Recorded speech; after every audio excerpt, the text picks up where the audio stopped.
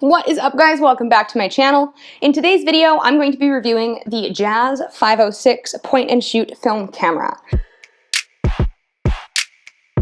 It is a 35mm camera. It is very similar to the Harman camera that I reviewed in that it has very limited technical capability, and I would consider it a toy camera. So, this camera is from around 2001, and you may be asking me, Yvonne, why are you reviewing a camera from 2001?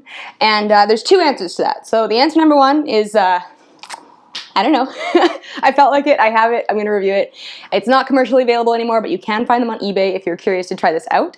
And the second reason is that it was given to me as a gift by some really great friends of mine. They went on a road trip to the interior of BC, and they went to a tiny, tiny thrift store there, and they found this camera in its original packaging, like unopened completely. And they were like, oh, that's cool. And it was only $3. So they bought it for me. I was like, nice. So you look on eBay and you can find this camera for usually around 10 bucks. It's definitely not worth any more than that, so don't pay more than that for it. But getting it for free from my friends was definitely a little bit of a treat. I did take it out of the original packaging, but I kept the original packaging for this video. I am excited to throw it out because it's been kicking around for a little while, but it's you can see it's very circa 2001. It came with two batteries. There's a little battery slot, and it also came with a roll of expired Kodak. What was it? It was Kodak Max 400, and there's only 12 exposures on that roll, so I was a little bit disappointed. I did shoot that roll with my good Nikon camera, so I'll show you some pictures from that at the very end of this.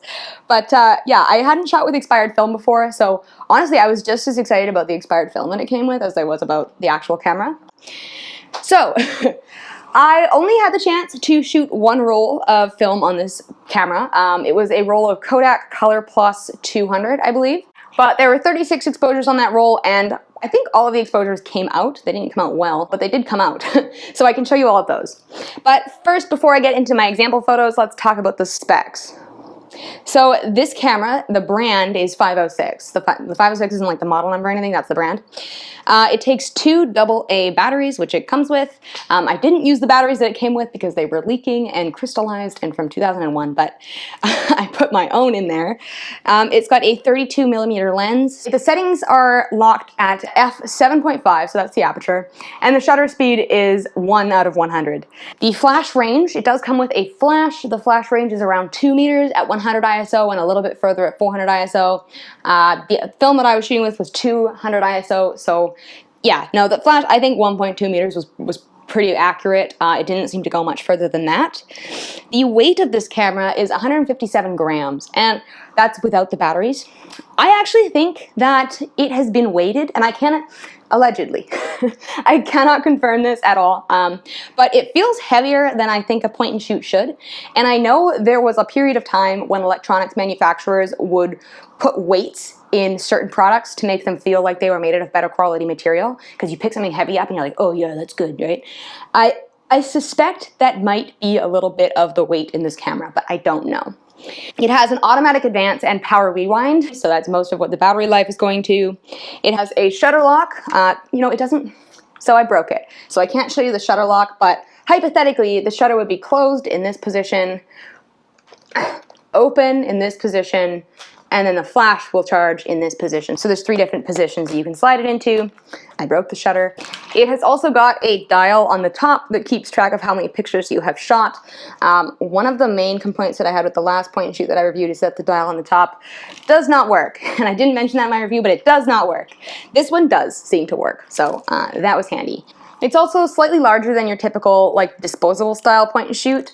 I think usually they would be about like this, and this guy's a little bit bigger. So it's a bit more ergonomically designed, but it also is more cumbersome when I'm out on runs. I usually use these point and shoots as like running cameras. It's something to do, pass the time, I get bored running, and I take pictures to keep myself occupied. Guess how it got broken. Anyway, I'll tell you about that in a bit. So let's get into my experience with this camera. So like I said, I shot with a roll of Kodak Color Plus 200. It was a 36 exposure roll. My number one issue with this camera was that the viewfinder and the lens are ever so slightly offset, which is ridiculous.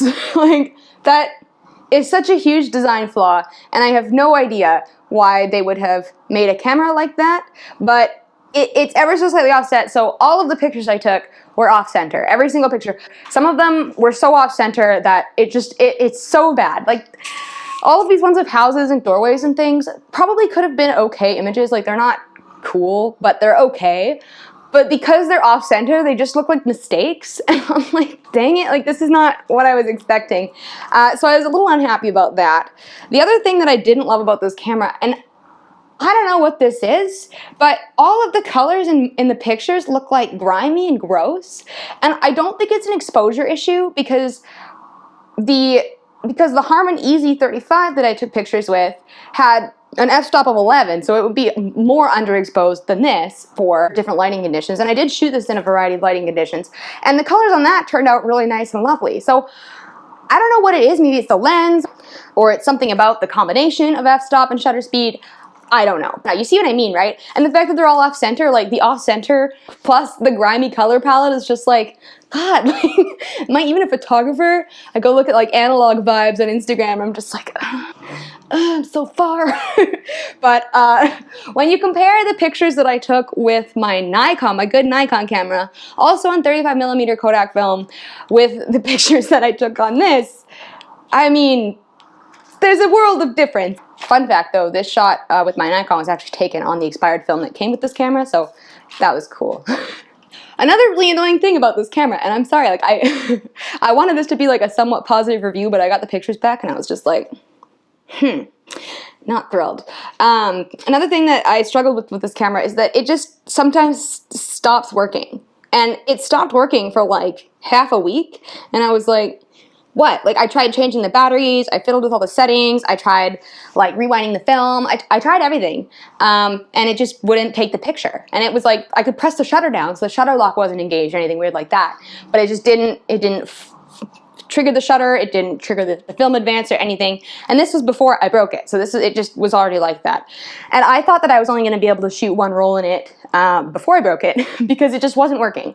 And then eventually, it just started working. And I was like, okay, like, I don't know why. I guess we'll see if it actually did start working well, because I haven't gotten that roll of film developed, because it was in my camera when I broke it. I will tell you about that now. So, like I said, I take this camera running with me, and I was leaving my house, and I had my keys and my cell phone and my headphones and my water bottle and this camera all in my hands at the same time. And I was walking towards the stairwell and just threw it down the stairs, like completely by accident. It was just like popped out of my hand and just flew down the flight of concrete stairs, smashed on the ground below. Nothing on it broke, like it doesn't have any cracks or anything like that. The batteries flew out, but then I picked it up and like the shutter was all wonky and it makes like this like, yeah, clicking sound inside now. And so I took a picture with it, and it took the picture, the shutter fired, but then it didn't advance the film. And so then when I rewound the film, I was like, okay, I tried a few more times. It's not going to work. I need to get this film out. The film that I was shooting with was an expired Fuji Neopan film, which I'm pretty excited to finish shooting with. It's like a black and white film. Wanted to do a color roll and a black and white roll for this review, but sorry guys. But it just kept rewinding, and it rewound for like 2 minutes before I was just like, okay, you know, this is getting ridiculous. Like, and it's really loud, and I'm out on a run, right? So I'm like out running, and there's like this like sound. Like, people in the neighborhood are looking at me like, what is going on with her? Like, yeah, it's my bionic body parts. Sorry, guys. Like, they act up. I found that. So that was pretty embarrassing. And finally, I was just like, you know what, I gotta deal with this because it's getting embarrassing. Pop it open, and it's rewound the film all the way into the roll. So now I need to get a leader retriever. And if you guys have been following my IGTV stories, you know the saga that I had last time. I accidentally rewound film all the way into the roll. So it's a pain in the butt, but I thought that it would save the leader because the first roll that I did saved the leader. So I think this camera is supposed to save the leader. For those of you who don't know, the leader is like the little flap of film that sticks out of the canister that allows you to re-roll the film, shoot with it again. So it does save the leader, hypothetically, but it didn't the second time around, which was really unfortunate. It might have been because it was broken, or it might have been just because the camera was broken before I dropped it. I had evidence of that as well. Not sure. But overall, my experience with this camera has been a little frustrating, as you can probably imagine. I don't love any of the pictures that I got with it. That said, I did get some fun pictures with it, like especially with the flash on. I think I got a bunch of pictures of cars that turned out really well. I got some pictures of buildings that turned out kind of cool. The pictures that I took of my friends did not turn out very well. This was at literally 9 in the morning, so it looks really dark out. I don't know why. I was really excited to use this for lomography, and I wouldn't really recommend it for lomography because it's like crappy, but not crappy enough to be lomography, you know? But it was fun to experiment with, and I mean, for $3, you can't really go wrong there. I also got a free roll of film out of it that wound up having some really cool images on it. I'll roll those images while I'm talking about the rest of this camera. Would I recommend this camera? No, probably not. It was fun to experiment with, but that was about it. It would maybe be a good challenge camera, like for like a YouTube video. I'd be like, let's get a whole bunch of photographers, shoot with this camera and see who can get the best pictures, because it is so screwy to work with. But I broke mine, so I can never do that. It's so sad. And I probably will never have one again. So it's just gonna be shelf decoration until I decide to get rid of it. Yeah, sorry to my friends who got me this camera. I feel really bad. I'm just like pooping on it this whole video, but the film was really nice. That was a great part. That is it for this video. Sorry if I talked a little bit quickly. I have done a lot of filming today, so I'm in a big filming mood. When I get in a big filming mood, I just get really hyped. I hope you guys enjoyed this video. If you did, you can hit that like button. You can also subscribe to my channel if you want more videos like this. I put out new videos every single Monday. You can leave a comment letting me know what you think. If you've tried this camera, if you have a different opinion on it, which I would be shocked if you did, but I would be interested to hear it. And I will see you next week when I think I'm going to be talking about Lomachrome purple and whether or not you can shoot it with a purple filter. So stay tuned for that. Anyway, stay sharp, guys, and don't forget to keep shooting. Bye, guys. Throughout this video, I have been drinking the much fabled limoncello liqueur. This is the best liqueur. I compare all of the liqueurs to the limoncello liqueur. Not to be confused with the lemon liqueur. That is a different flavor. This one has more of a vanilla flavor. It's kind of like a vanilla lemon cake, but without sugar, and it's liquid, and it's kind of ouchy because it's carbonated.